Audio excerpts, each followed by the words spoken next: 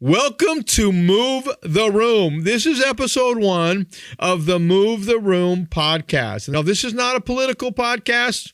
I don't plan on gossiping about other people that do the podcast. There's so much negative content out there. This is meant to be positive, real educational. So I'm not going to be asking a lot of what do you think questions, because I'm taking from my expertise in storytelling and sharing it with you so you can be more impactful or effective.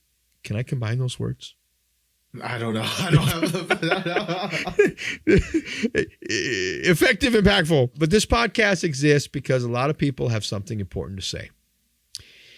But when they say it, nothing changes. The room is not moving. The room ain't moving. People listen, people nod, and then everyone goes back to doing exactly what they were doing before.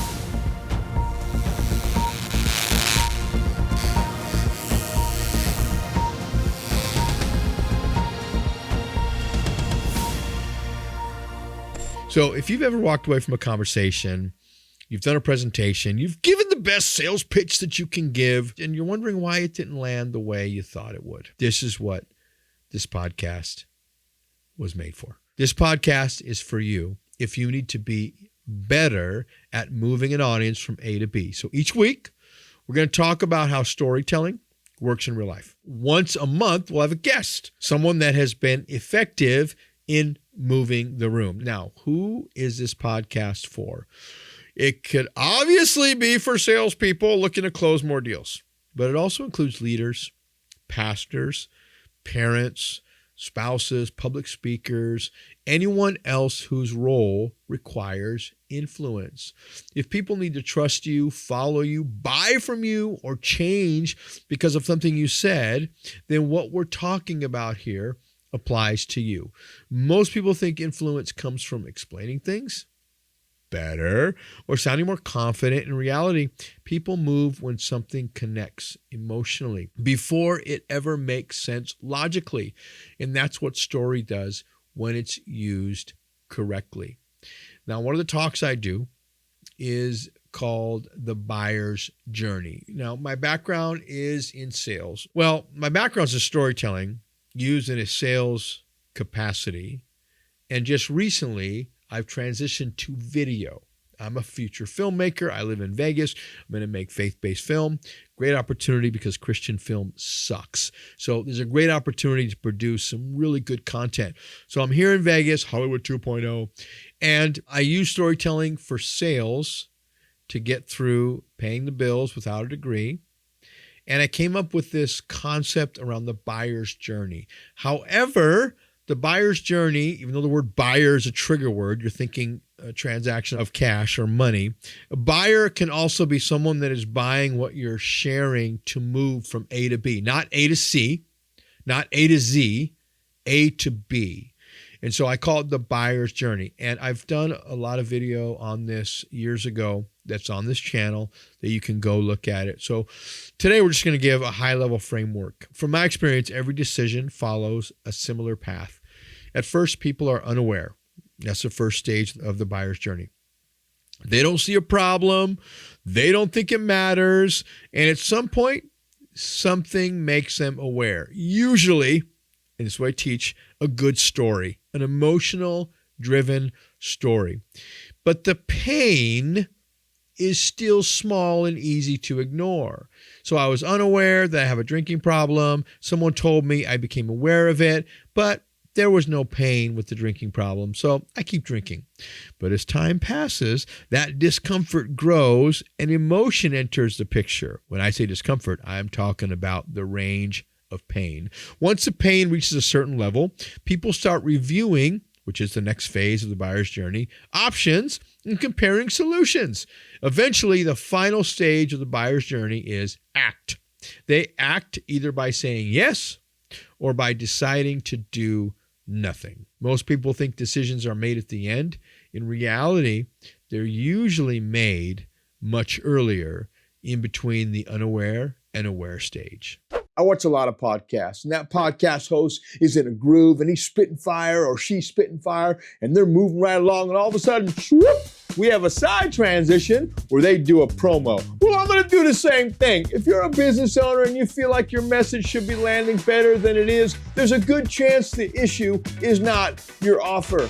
It's the way you're telling your story, especially on video. And through Boom Video, my team and I help businesses turn their message into clear, story-driven videos that actually connects with their target audience. We work in Vegas, headquartered in Henderson, actually, East Henderson, but it's the Vegas Valley. And we go to Phoenix, we go to Seattle, we go to SoCal. If that's you, if you have a business in any of those areas, and this topic resonates with you, then please reach out. I would love to get to know you better. I would love to get to know your story better, and let's see if we can work together. But let's give a real-world example of the buyer's journey.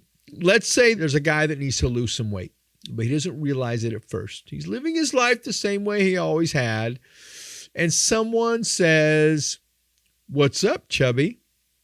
Now, he hears that from a buddy, and he's a little irritated, but kind of laughs it off.